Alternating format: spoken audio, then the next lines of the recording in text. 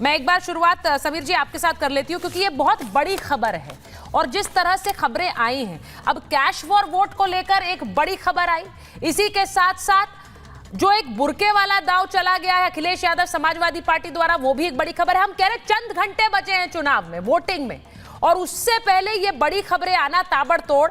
जो cash for vote वाली बात कही जा रही है कि भाई, शिवम भी जुड़ गए हमारे साथ। समीर जी, पहले तो ये बताइए कि जिस तरह से आरोप लग रहे हैं, कुछ घंटे पहले बीजेपी इनकार कर रही है, वो प्रेस कॉन्फ्रेंस कर रही है, लेकिन एक बड़ा विवाद खड़ा हो गया। देखिए, किसी एक बात को तूल देना विपक्ष की आदत है, और मुझे लगता है कि जिस तरीके से विनोद तावड़े के साथ जो आज घटना घटी है, विनोद तावड़े नालासोपारा से भारतीय जनता पार्टी के उम्मीदवार के लिए एक बैठक कर रहे थे, एक होटल में थे। पहले ये जांच होना चाहिए कि होटल किसका है, वहाँ कौन कैंडिडेट खड़ा है जिसका होटल से संपर्क है। हितेन ठाकुर जो नालासोपारा से जो बहुजन विकास आघाड़ी के जो कैंडिडेट है, उसके फादर हैं। हितेन ठाकुर की छवि कैसी है, वो एक भूमाफिया 21 पृष्ठभूमि से आते हैं, और उनके बेटे का उस होटल के मालिक के साथ क्या रिश्ता है। कहा यह जा रहा है कि हितेन ठाकुर का जो बेटा है वो उस होटल के मालिक के साथ उसमें पार्टनरशिप है उसकी। उस होटल के अंदर भारतीय जनता पार्टी के विनोद तावड़े राष्ट्रीय महासचिव बैठक करते हैं। हितेन ठाकुर के कार्यकर्ता वहां पहुंच जाते हैं और कहते हैं कि 5 करोड़ रुपए लेकर विनोद तावड़े आए हुए हैं, 5 करोड़ रुपए बांटे जा रहे हैं। 5 करोड़ रुपया लेकर एक गाड़ी में आदमी उस होटल में जा सकता है? और जब वहाँ उन्होंने उधम मचाया, जहाँ पर हंगामा किया, क्या 5 करोड़ रुपए उस बैग के अंदर निकले? वहाँ पर एक रूम की बात की जा रही है कि रूम नंबर 406 या 407 से 8 या 9 लाख रुपए नगद निकले। विनोद तावड़े किस कमरे में बैठक कर रहे थे, पैसा किस कमरे से निकल रहा था, सारे सीसीटीवी की जांच होना चाहिए। जो विनोद तावड़े ने कहा है कि सारे सीसीटीवी जो होटल में लगे हुए हैं उनको कब्जे में लिया जाए, उनकी जांच की जाए कि ये पैसे उस होटल के रूम में कैसे गए, कब गए, और उन पैसों का किसके संपर्क है। विनोद तावड़े जी का बयान आ चुका है। भारतीय जनता पार्टी के राष्ट्रीय प्रवक्ता सुधांशु जी की पत्रकार वार्ता में उन्होंने बहुत स्पष्ट पार्टी का पक्ष रखा है। मुझे लग रहा है जब चुनाव इसकी जांच करेगा, पुलिस जांच करेगी, और जब सीसीटीवी फुटेज की जब जांच होगी तो दूध का दूध पानी का पानी हो जाएगा। विनोद तावड़े के ऊपर झूठे आरोप लगाना और भारतीय जनता पार्टी के एक राष्ट्रीय नेता को वोटिंग के 24 घंटे पहले इस तरीके से बदनाम करने की कोशिश करना और अनावश्यक रूप से समीर जी, कोशिश की जा रही है। ठीक है, आप ये आपका पक्ष है, लेकिन मैं एक बार जरा, क्योंकि इस पूरी खबर पर बहुत सारे पहलू हैं, और ये जिस तरह से नोट मिले हैं वो बाद में इलेक्शन कमीशन ने कहा, बीजेपी का कहना है, वरुण जी, बीजेपी का कहना है कि आप 30 साल पहले हमें तुमसे प्यार था और जिया बेकरार था, वही भ्रष्टाचार है, आज भी है और कल भी रहेगा। यानी भ्रष्टाचार के मास्टरमाइंड चैंपियन हमें बता रहे हैं कि हम करप्शन कर रहे थे। सबूत तो लाइए पहले। वरुण जी, शिवम थ्रू है क्या?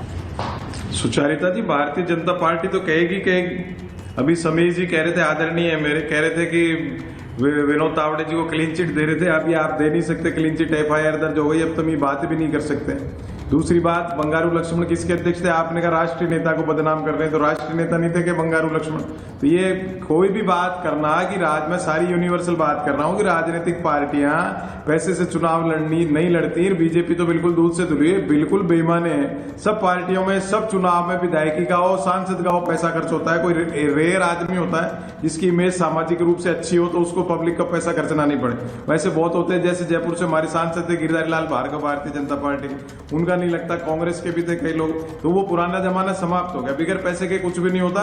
और बंगारू से तावड़े तक इनकी कहानी लिखी जाएगी। इनके पास में कहां से आ रहे हैं, बिल्डिंगें बना रहे हैं, खुद के कार्यालय बना रहे हैं, पूरे देश को पता है। फ्री में रैलियां मोदी जी की भी नहीं होती है, पैसा खर्च होता है। तो ये जनता सबको समझती है। तो इसलिए विनोद तावड़े को हम अभी से क्लीन चिट दे दें और इलेक्शन कमीशन देगा जब मानी जाएगी। और इलेक्शन कमीशन क्या कर रहा है, FIR दर्ज हुई, अगर पैसा नहीं मिला, कुछ भी दोष नहीं तो FIR क्यों दर्ज हुई? और वो जिस होटल में भी समीर जी कह रहे थे, अगर उनके पक्ष का आदमी नहीं था तो क्यों ठहरे थे उस होटल में? दूसरे में ठहर जाते। जब आपको चुनाव के टाइम पार्टी की बैठक हो रही थी सर, पक्षी कुछ ना कुछ कर सकता है। पार्टी कार्यकर्ताओं की बैठक हो रही थी। दोष ठहरा देना, विपक्ष ऐसा और बीजेपी तो केंद्र सरकार, मोदी जी की जो सरकार तो हर तरह से पंचामृत से धुली हुई है। तो ये चीज बिल्कुल ठीक नहीं है, यूनिवर्सल बात करनी चाहिए। देखिए, मैं आपको एक बात बताऊं कि जो हमला आया है, देखिए हमले तो बहुत सारे मैं दिखा ही रही हूँ, क्योंकि ओवैसी साहब बोल रहे हैं ये वोट जिहाद है या धर्म युद्ध। उद्धव ठाकरे कह रहे हैं मेरे बैग से कुछ नहीं मिला, तावड़े के बैग से पैसे मिले हैं। अखिलेश यादव भी कूद गए, लारी जी वो भी कह रहे हैं पैसा शराब बांटना बीजेपी का पुराना तरीका है। मैं बड़ी खबर इस बीच बता दूं कि विनोद तावड़े पर FIR मामले पर बीजेपी नेता कपिल मिश्रा का बयान आया। वो कह रहे हैं FIR आचार संहिता के उल्लंघन में हुई है। विपक्ष पैसे का मामला बताकर झूठ फैला रहा है। पैसे बांटने का कोई मामला है ही नहीं, सारे आरोप बेबुनियाद हैं। क्योंकि ये जो आप तस्वीरें देख रहे हैं, वो कह रहे हैं कि इसमें कोई भी सबूत है कि विनोद तावड़े के पास थे पैसे या उनके पास से मिले हैं, कोई सबूत नहीं है, इस पर कोई एफआईआर नहीं हुई है। लेकिन अचानक से लोग आकर उन्हें घेर कर बोल रहे हैं कि पैसे आपके पास से मिले हैं। अब इसकी जांच होगी और ये मामला बहुत बड़ा बन गया है, क्योंकि विनोद तावड़े बड़े नेता हैं बीजेपी के और उनके ऊपर ये आरोप लगाए, इसीलिए बीजेपी ने तुरंत प्रेस कॉन्फ्रेंस भी की है। मैं एक बार शिवम के पास जा रही हूं, शिवम जुड़े हुए हैं, क्योंकि ये जो तस्वीरें आ रही हैं। अब लारी जी, शुरुआत में तो हमें पहले बुरके पर बात करनी थी, क्योंकि आपके नेता ने तो आज बहुत सारे न्यूज पॉइंट्स दे दिए हैं। बुरके वाली बात भी कह दी उन्होंने, कहा डराया भी जा रहा है वोटर को, उन्होंने ये भी कह दिया पुलिसकर्मी है, मशीनरी का इस्तेमाल हो रहा है। लेकिन इन सबके बीच आप देखिए जरा कि जो उनका अभी वाला दाव है, वो कह रहे हैं कि ये तो बीजेपी का पुराना तरीका है। देखिए, बात तो सही है, ये बीजेपी का बहुत पुराना तरीका आज का नहीं है। पहले इनके संसाधन कम थे, अब संसाधन बढ़ गए इनके पास।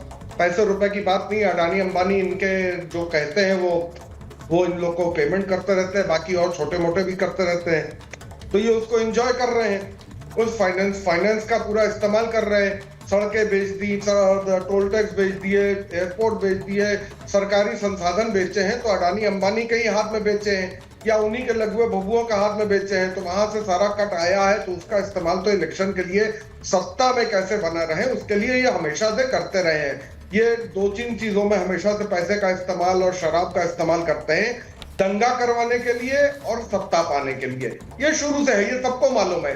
लखनऊ में दंगा करवाने में तो समाजवादी पार्टी माहिर है भाई। देखिए, समाजवादी पार्टी में दंगा कराने कम कोई दंगा ही कोई उससे ज्यादा कोई बड़ा कोई हो ही नहीं सकता। दंगों के मामले में, निहत्थे राम भक्तों को मरवाने के मामले में या आदमी के जरिए उसको कई बार मामले में, पुलिस ने हिंदुओं पर हमला करवाने के बहुत बड़ा मामले नेता में, बन चुका है, हिंदुओं के विरुद्ध दंगा भड़काने के मामले में। अच्छा, एक मिनट विनोद जी, एक सेकंड रुकिए, विनोद जी एक सेकंड रुकिए, मैं आपके पास आ रही हूं। लखनऊ में देखिए, दंगाई लोग हैं। देखिए विनोद जी कह रहे हैं, सुनिए लारी जी, विनोद बंसल जी कह रहे हैं कि जिन लोगों ने दंगाइयों को हमेशा संरक्षण दिया, जो दंगाई वो आप पर आरोप लगा रहे हैं, वो दंगे की बात कर रहे हैं। अब मैं सीधे पूछ रही हूँ आपसे, नहीं देखिए, चुनाव से पहले अखिलेश यादव ये आरोप तो लगा ही रहे, चुनाव से पहले वो ये आरोप लगा रहे हैं कि नहीं लगा रहे हैं? सुनिए मेरी बात, आरोपों पर बात करते हैं ना। चुनाव में कुछ घंटे बचे हैं, 9 सीटों पर यूपी में भी वोटिंग होनी है। अरे सुन तो लीजिए मेरा सवाल, सुनिए। उन्होंने कहा कि लोगों को डराया जा रहा है वोटिंग से पहले। सवाल पूछ लूं मैं? आतंकवादी बताते हैं। सवाल पूछूं? नहीं पूछना है मुझे। रही भावना। अब विनोद जी एक सेकंड रुकिए ना, मैं लारी जी से पूछ रही हूँ। लारी जी, ये जो आरोप इन्होंने लगाया और इलेक्शन कमीशन को चिट्ठी लिख दी आपके नेता ने, और वो कह रहे हैं कि भाई इलेक्शन कमीशन को लिख रहे हैं कि जो बुरके में महिलाएं आती हैं, पुलिसकर्मी वहां पर तैनात रहते हैं, उनका ना तो आधार कार्ड से चेहरा मिलाया जाए, ना वोटर आईडी कार्ड से। वोटर आईडी कार्ड देख लिया जाए लेकिन बुरका ना हटाया जाए। अब मुझे ये बताइए, तो एक प्रोटोकॉल है, अब इस पर भी सवाल उठाएंगे? सबसे बड़ी बात मैडम ये है कि पुलिस वालों को कोई भी अथॉरिटी नहीं होती है कि वो किसको वोटर कार्ड चेक करें या किसके आईडी कार्ड चेक करें। वो आईडी चेक करने का काम होता है उस पोलिंग अफसर का, और महिलाओं के विंग में महिला पोलिंग अफसर रहती है, वो चेक करती है। यहाँ मर्दों को अलाउड नहीं होता है कि औरतों का कुछ भी चेक करें। तो इस तरह से ये गड़बड़ चीज है। तो उन्होंने जो बात कही है उसको तोड़ मरोड़ कर पेश करने की बजाय सीधे लफ्जों में पेश करके बोला जाए कि उन्होंने ये डिमांड रखी है। क्या डिमांड रखी है? क्या डिमांड रखी है आप खुद ही बता दीजिए। चलिए, क्या डिमांड रखी है आप खुद ही बता दीजिए।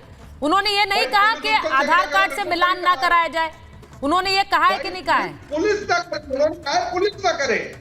पुलिस को कोई अथॉरिटी नहीं होती किसी का भी आईडी कार्ड पोलिंग स्टेशन पे चेक करने का। उनका काम है सिर्फ सुरक्षा करने का। बाकी वो जब वोट डालने जाते हैं, आप अंदर जाते हैं, जब आप वहां पे देते हैं, जब आप अपना वोटर कार्ड देते हैं, तो वो पोलिंग अफसर आपका देखता है, बाकायदा आपका नाम की लिस्ट देखता है, आपका चेहरा मिलाता है, आपका वोटर कार्ड देखता है, आपका आईडी कार्ड देखता है, तब आपको आगे बढ़ने देता है। आप आगे बढ़िए, जाके करिए। तो महिलाओं का जो पोलिंग सेंटर होता है वहां पे ज्यादातर महिलाएं होती हैं, वो चेक करती हैं, उसमें कौन सी बात है? पुलिस को कोई अथॉरिटी नहीं है। आप कहीं भी दिखा दीजिए कि इलेक्शन कमीशन ने पुलिस को अथॉरिटी दी है आईडी कार्ड या आधार कार्ड या वोटर कार्ड चेक करने की।